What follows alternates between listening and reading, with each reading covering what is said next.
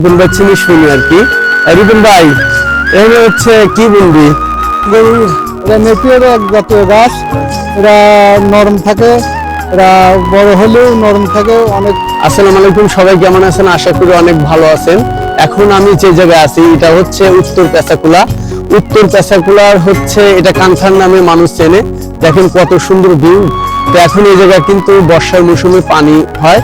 তো যখন এখন পানি নেমে গেছে আর কি, যেহেতু পানি কমে গেছে আর কি, এখানে হচ্ছে জমিতে ফসল বনে, কেউ পলই বনে, মাস পলই, কেউ হচ্ছে মাস করলে পরে ধান বনে, একজন একটা করে আর কি। তো এটা গ্রামের সৌন্দর্য সবসময় ভালো লাগে, কারণ গ্রামের যেহেতু আমি ছেলে, গ্রামকে আমি সবসময় পছন্দ করি। আমার গ্রামের পাশে আর কি, একদম সাথে একদম। এটা আমার বড় ভাই হচ্ছে খেতেতে মানে আইল ছাড়তিছে আর কি, এই যে রিপন ভাই। তো এখানে কি বলবো, রিপন ভাই চিনি শুনি আর কি। রিপন ভাই, এখানে হচ্ছে কি বন্দি? যারা গরু, এটা নেপিয়ার এক জাতীয় গাছ।